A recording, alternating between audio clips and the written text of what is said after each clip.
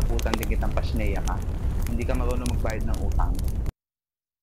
Lah, pasensya ka na talaga, wala pa akong sahod eh.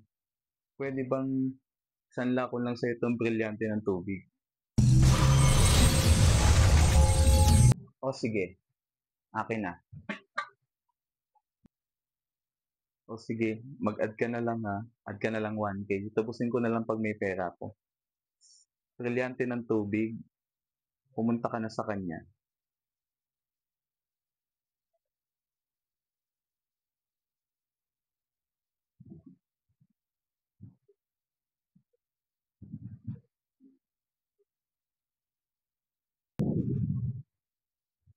Ayos. Dalawa na brilyante ko. Makapagpautang pa nga sa ibang mga sangre para makompleto ko na yung apat. OA. Bye.